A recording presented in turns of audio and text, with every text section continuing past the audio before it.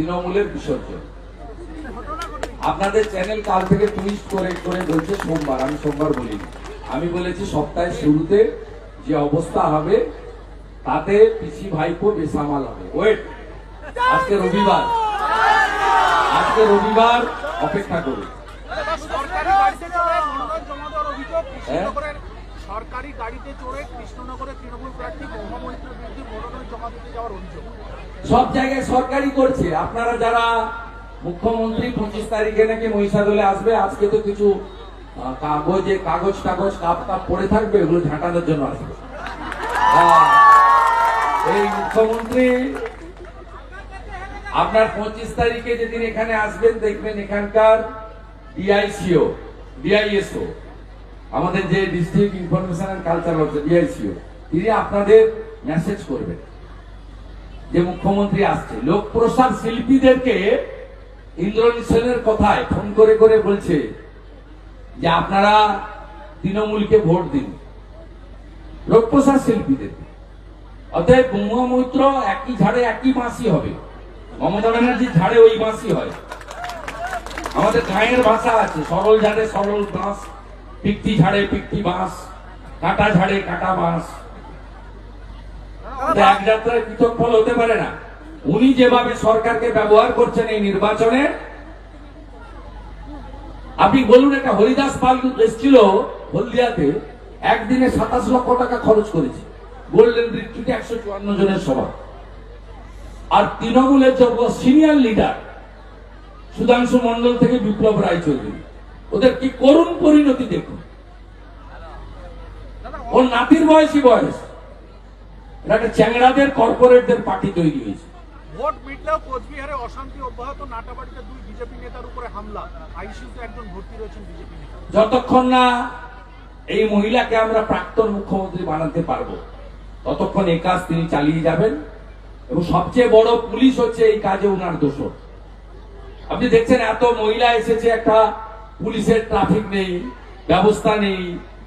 আপনি দেখবেন তৃণমূলের 1.5 পয়সার নেতা, কাটমানি খাওয়া নেতা, আমার এমপি ল্যাড থেকে টাকা তুলতো, যেটা এখানকার এমএলএ 7%, দায়ে কালি বাঁয়ে স্বরূপ, পিছনে ছবি, সামনে কমল তেলচোর, তেলে ভেজাল মিশিয়েছিল, চোরা পরিবৃত্ত চৌর্য বৃত্তি। এই হচ্ছে তৃণমূলের মডেল। আপনি মহিষাদলে দাঁড়িয়ে এই মডেল দেখতে পাবেন। আপনি ভাষা শুনুন ব্লক তৃণমূলের সভাপতি সুদর্শনের, সে মালো জেল খাটা 5 মাস না কত 6 মাস জেল খাটা। সে মালো ফোন করে বলছে, হ্যাঁ রাম মন্দির তোর বাপের জায়গা, ওটা তোর বাপের জায়গা। সুদর্শনের বলছে রাম মন্দির ভেঙে তুলে দে, কি সাহস! সব গোছানো থাকবে।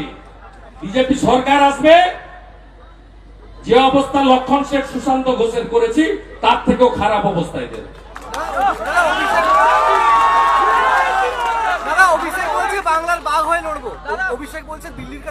আমার খেয়ে দিয়ে কাজ নেই, ওই জাস্টিস গাঙ্গুলির কথায় তালপাতা সেপাইয়ের কথার উত্তর দিতে হবে। ওটা একটা মাল নাকি? ওর সামনে হচ্ছে পিসির ভাইপো, সামনে লেখা আছে পিসি, তারপরে লেখা আছে নাম, পিছনে লেখা আছে ভাইপো। আর যে পিসি আর যার ভাইপো তাকে এইখানে আমি এনেছি মেদিনীপুরের মাটি। আবার লক্ষ লক্ষ ভোটে হারাবো কাঁথি তমলুক পূর্ব মেদিনীপুরে। লিখে রাখুন, লক্ষ লক্ষ ভোটে হারাবো, লক্ষ লক্ষ ভোটে হারাবো। এখানে লতায় পাতায় শিকড়ে শুভেন্দু অধিকারী আছে, এরা সব আমার আত্মীয়। ভোট শেষের পর দেখা গেল আপনার দলের কর্মীরা মিষ্টি খেলো আর নাচানাচি করলো তৃণমূল, রেজাল্টটা কি হবে? রেজাল্ট রাষ্ট্রবাদীরা 3, চোরেরা 0।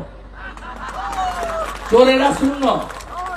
ওরা এটা করেছে যাতে পরের দফাগুলোতে ওদের এজেন্ট বসে। আমি আপনাকে লিখে দিচ্ছি, নিশ্চিত প্রামাণিক 54,000 ভোটে জিতেছিল গতবারে, এবারে 1,08,000-এর বেশি ভোটে জিতবে। জলপাইগুড়ির মার্জিন বাড়বে, আর মনস্টিকা কত ভোটে জিতবে কেউ জানে না, ওরা 4 লাখে গিয়ে থামতে পারে। আমার কাছ থেকে নেবেন, ও তো মর্নিং শোজটা দিয়েছে।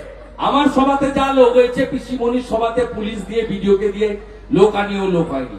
গতকাল আমি রতুয়াতে সভা করেছি, 10,000-এর বেশি লোক, 65% মাইনরিটি থাকে ওখানে।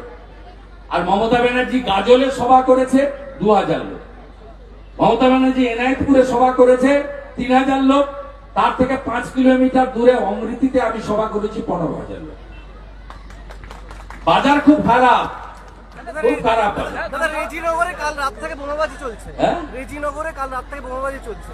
ফরিদের বাড়িতে বোম ফাটানো ঘটেছে, যারে বোম ছিল 13টা বোম, আমার কাছ থেকে নেই।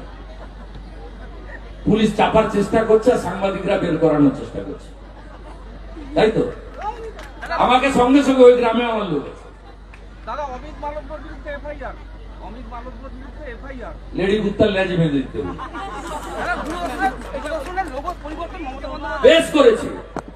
গেরুয়া শৌর্যের প্রতীক, বীর্যের প্রতীক, স্বাভিমানের প্রতীক, হিন্দুস্তানের প্রতীক, ভারতবর্ষের প্রতীক।